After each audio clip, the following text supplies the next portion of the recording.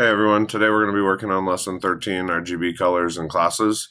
We have some new vocab. So the vocab for this week is CSS class, an identifier that allows multiple elements in an HTML document to be styled in the same way. So if you have multiple things in a certain section that you want to be styled all the same way, so maybe a heading, a paragraph, and a list all together, you can create a class to style it rather than having to do 3 different rule sets with all the same styling rules. So that's kind of convenient.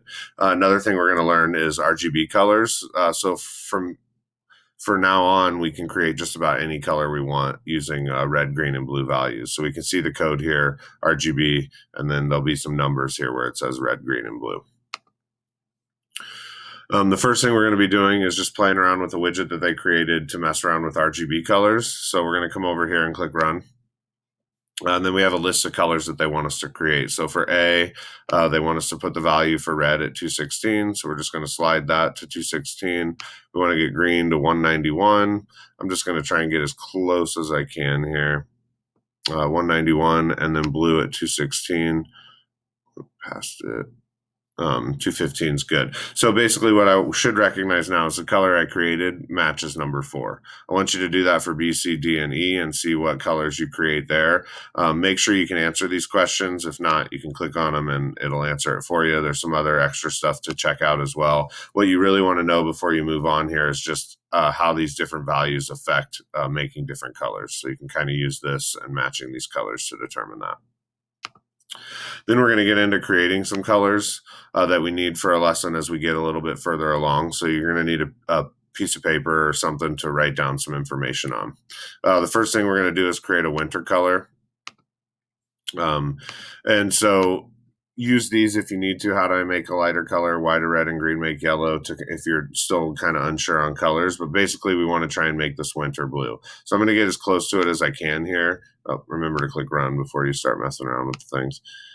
So I'm going to get down. I notice that as I get rid of red, I see a lot more blue. Maybe if I get rid of some green, I can get even closer to that. Yeah, I'm actually pretty close now. So 231 maybe right in there. That's almost exact. And it's okay if it's not completely exact if you can't get it. You're just trying to get as close as you can. This isn't for your website. It's just we're going to use it for something else. So make sure to write this down for your winter color. So write winter, and then your red value is 195, green's 231, and blue's 255. Next, we should be working on a spring color, and you're going to essentially do the same thing. So we're going to try and match summer yellow. So for this one, we've got to keep our red value in there because red's a big part of yellow. Green is also a pretty big part of yellow. We just need to move that down probably just a little bit. But what we really need to get rid of is blue here. Blue doesn't show up in yellow very much. So we want to scroll it down, and right about here is probably fine. I'm pretty darn close to summer yellow right there. So again, I'm just going to write down that my summer color is red 255, green 233, and blue 105. If you don't write it down, you just have to come back to these, and it's a lot more skipping around on screens. So the next part to this is creating 2 more colors, and this we get a little more freedom on. We don't have to match their colors. We can create our own colors. So when we choose RGB values, we're going to do one for spring and for autumn. So I'm going to start with spring, and I'm thinking like maybe a pastel type color, maybe a green. So I'm going to get rid of my red value a little bit here and bring it down maybe to, I don't know, 200. And then we'll keep my green in there because I want it to be a pastel green, and I'm going to shrink my blue value down some. And I can see I'm already getting kind of like a minty green here. So maybe I'll just leave it right here at this. So I'm going to write down that my red is 200, my green's 255, and my blue's 206. And now the next color I need to make is an autumn color. Maybe we'll think of like an orange, maybe a pumpkin orange for Halloween, something like that. So I'm going to bring my red back because I want more of that value with orange. So let's just bring that all the way up. And then green, let's see about like right in the middle here.